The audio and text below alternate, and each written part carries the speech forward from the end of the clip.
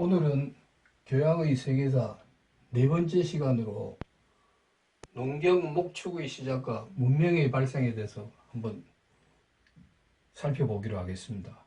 지난번까지 우리는 이 세계사가 어떻게 흘러왔는지에 대해서 제일 최초로 지구가 어떻게 발생을 해가지고 그 이후로 인류가 생겨났고, 인류는 그 이후로 어떻게 이동을 해서 현재까지 이 지구상에서 살아왔는가 하는 그 흐름을 한번 살펴봤습니다.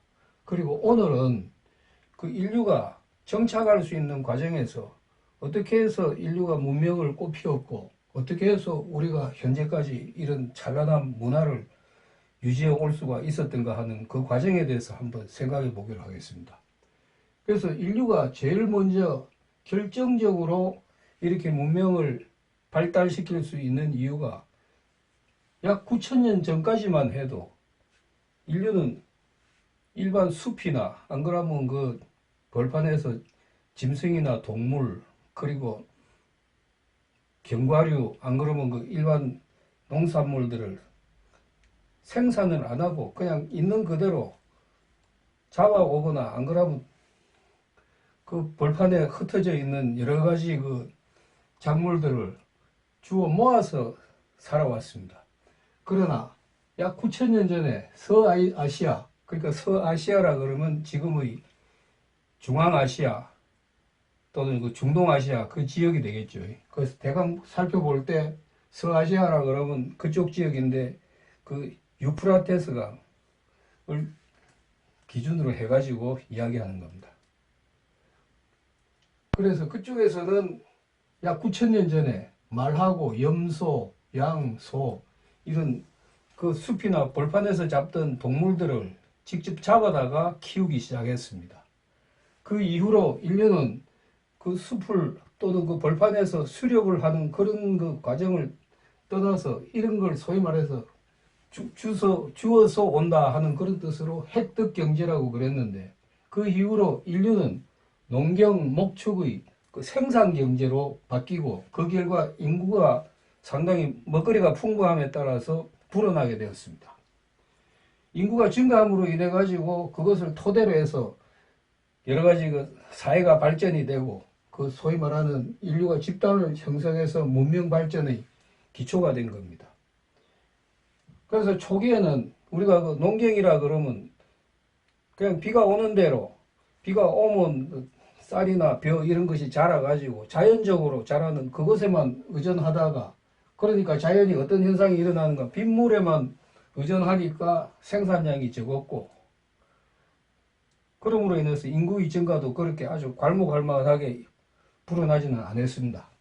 그러나 그 이후에 메소포타미아 지방에서, 그러니까 티그리스, 유프라테스 강 유역에서 무엇이 개발됐는가 하면 관계농업, 그러니까 물을 끌어다녀서 필요할 때 농사를 지을 수가 있고 가뭄을 안 들게 만들 수 있는 그런 관계농업이 발달됐습니다.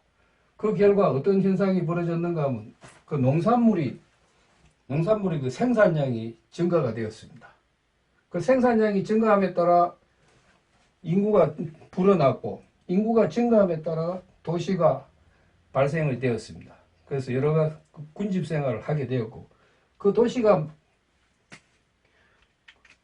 발생함에 따라 그것을 관리하겠다는 여러 가지 그 체제나 그런 제도가 만들어졌겠죠. 그래서 하나의 그 국가라는 그 형태가 탄생이 되었습니다.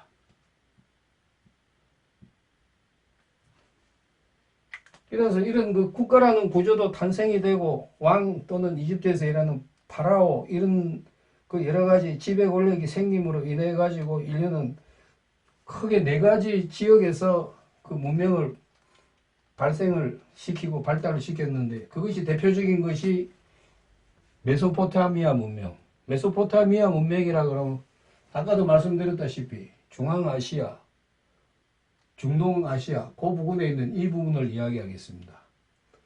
여기서 메소포타미아 문명이 발생이 됐고, 그 이후로 비슷한 시기에 또 발생한 것이 나일강을 그 중심으로 한 현재 이집트 부근의 이집트 문명, 이것이 또 발달을 하게 되었습니다.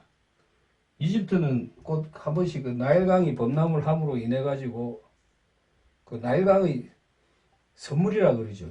이집트 문명. 그래서 그리스의 그 역사학자 히로도투스는 나일강은 그 이집트는 나일강의 선물이다. 이런 표현까지 했습니다. 그래서 그 지역이 어딘가 하면 이 이집트 나일강 부근이 되겠습니다. 이것을 우리가 이야기하는 소위 이집트 문명이라고 하고, 그 다음에 또 발생한 것이 우리 부근에 있는 산동성 그 위에 있는 항하강. 항하강은 길이가 상당히 길지요. 전장 한 4천, 5천 킬로 나간 쭉 되는 이 강이 쭉 흘러내려옴으로 인해서 이쪽에 그 농업도 발달됐는데, 이쪽에는 기후가 한냉하고 북쪽이기 때문에 주로 어떤 작물이 생산이 됐는가 하면 잡곡 위주로 되었습니다. 그러니까 예를 들어서 조나 이런 아주 잡곡 위주로 농업이 발달이 됐고, 그 밑에 있는 장강, 이 장강이라 그러면 그 현재 그 장강이라 부르는데, 소위 말해서 우리가 이야기할 때 양자강이라 그러죠. 양자강은 그 아래쪽에 있는데, 우리 그 제주도보다는 조금 더 아래쪽에 있는 지역인데, 여기는 물이 풍부하고, 그 다음에 여기는 어떤 작물이 위주로 발달이 됐는가 하면 벼농사가 발달이 됐습니다. 그래서 중국은 크게 두 가지 그 강을 강에 따라 가지고 농업이나 이런 문명이 발달이 됐습니다. 그래서 아까도 말씀드렸다시피 우쪽에는 조 이런 그 작물이 발달됐고, 밑에는 이제 쌀 농사 위주로의 그 농업이 발달됐습니다.